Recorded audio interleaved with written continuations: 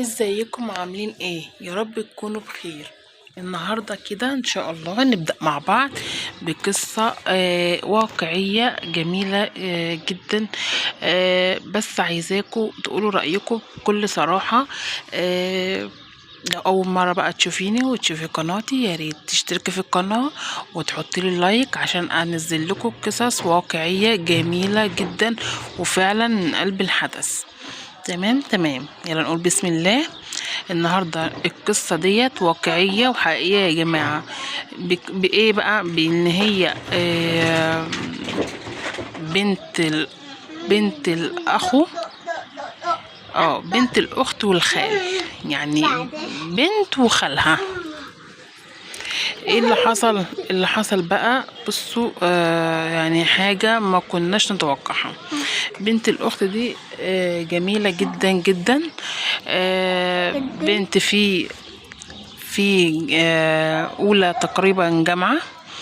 كانت بتروح جامعتها وكويسة وزي الفل، اتعرفت على شاب هناك. شاب دوت للأسف يعني هو بين لها حب، وهي بنت محترمة جدا جدا فوق ما تتخيلوا. بين لها حب وقعد يحب فيها ومش عارفه ايه، فالبنت ضعفت. طبعا بنات زي ما انتوا عارفين بتضعف من اقل حاجة يعني.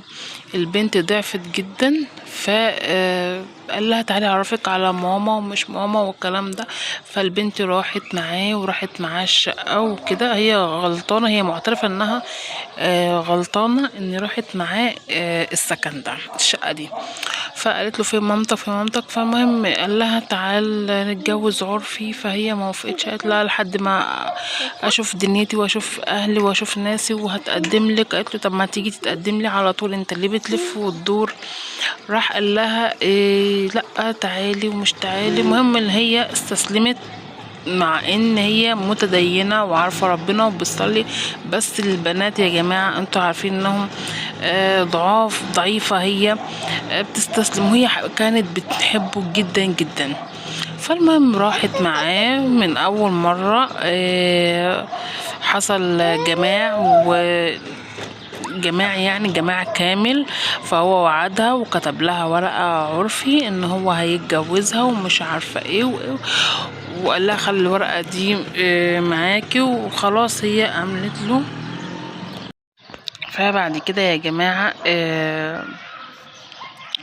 فجي في الاخر راح قال لها لا انا يعني بصوا سابها بمعنى اصح. ده اخرة الواحدة اللي تأمن واحد في الزمن ده. فالمهم مش عارفة تحكي لمين، هي نفسيتها تعبانة طبعا، والدها متوفي.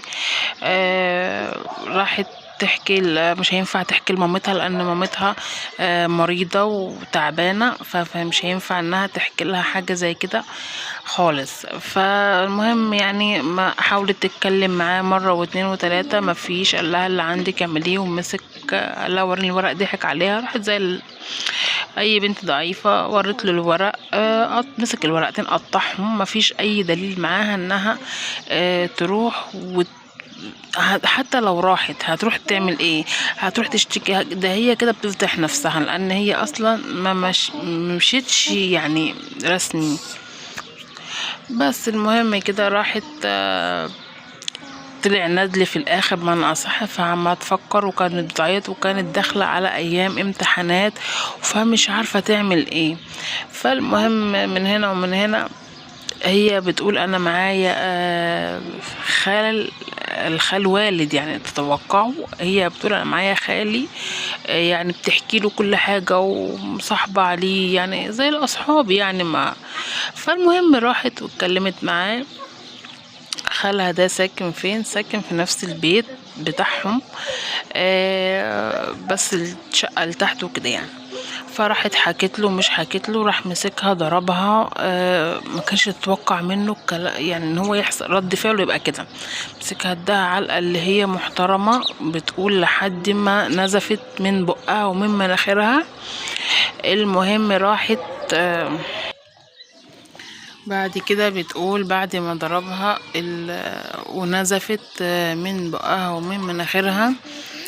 فضل يضرب فيها يضرب فيها، وراح شداها من هدومها، قطع لها هدومها، و قال لها زي ما عملتي معاه تعملي معايا، لا اما هفضحك. ده الخال، متوقعين انك انتوا الخال يعمل كده. قال لها يا اما هفضحك وكده، وراح خلاها قلعت هدومها وعملت معاه زي ما عمل مع ده، نام معاها علاقة كاملة جدا جدا، يعني خلاها تعمل نفس اللي حصل مع ده. فالخال ده شاب يا جماعة، لسه هو كبير في السن شوية، بس ان هو لسه ما تزوجش، فخلاها تعمل معاه نفس الحركات نفس الكلام كله، ونام معاها بكل الطرق يعني. بس فالمهم بعد كده رجعت البيت، قعدت تعيط ومش عارفة تقول لمين، مش عارفة تحكي ولا عارفة تقول. بعد كده فضل بقى ان هو اخد معاها في العلاقة ديت شهر كامل، ان هو ينام معاها اكنها مراته، ويحصل جماع بشكل بكل يعني كل حاجة بمعنى أصح حصل معاه. ده خال ودي بنت أخته، يعني المفروض إن خال ده يبقى والد. فحصل فعلا علاقة مرة واتنين. الكلام ده عدى شهر، بتحكي بتقول عدى شهر لحد ما خلاص تعبت وبقت بس يا جماعة. وفضل حصل الكلام دوت، عدى شهر، هي طبعا بقت حامل، فمش عارفة تقول ايه. راحت في الاخر خالص خالص خالص بعد ما حصل الكوارث دي كلها، رجعت لامها فحكت لها الامر كذا كذا كذا كذا كذا. فامها فضلت تحضن فيها وبتعيط. حكت لامها الكلام دوت، امها فضلت ان تضربها، ضربتها وفضلت تحضنها وقعدت تعيط معاها. طبعا مش عارفين يعملوا ايه، ومش عارفه تروح بتعمل ايه. فقالت لها خلاص ما تجيبيش اي سيره ولا تقولي، يعني المفروض ده اخوها. فهي خافت انها تفضح بنتها طبعا بنت عروسه، في نفس الوقت اخوها. بس انا لو منها ان اخوها ده انا اخده اروح احبسه. فهي قالت لها ما تقوليش وما تتكلميش ولا تجيبي اي سيره. المهم خدت بنتها وراحت لدكتوره وحكت لها الوضع كله. طبعا عايزه تعمل طبعا تنزل البيبي وتعمل عمليه انها ترجع بنت زي الاول. فهم دلوقتي منزلين ان هم عايزين يعرفوا ان هل حرام ام حلال انهم يعملوا حاجه زي كده. فلو حد يعرف حاجه في الموضوع ده فيرد حرام او حلال. فالدكتوره نفسها قالت لها لا مش حرام، يعني طول ما الوضع جاي كده لا مش حرام، لازم تعملي ده واستري على بنتك. فهي دلوقتي تقول انا عايزه استر على بنتي، بس هي خايفه من نقطه ان حلال والحرام. فالدكتوره طمنتها، فهي دلوقتي بتسال دار الافتاء، فهي عايزه تعرف هل حلال ولا حرام انها تعمل كده وتستر على بنتها. وقالت برضو انها هيسيبوا البيت خالص وهيمشوا، هياخدوا سكن برا وهتعيش هي وعيالها بعيد. هي بنتها دي هي البكرية بتاعتها هي الكبيرة، فعايز يعني عشان خاطر خالها او خالها فعلا راح يتجوز. الخال راح يتجوز وراح سافر، دلوقتي سافر برا. فهي مش عايزه طبعا، هو الخال سافر برا، لا سأل ما يعرفش ان البت حامل، ما يعرفش اي حاجه. فهي البت لما حكت لامها فقالت لها خلاص اكتمي على الموضوع.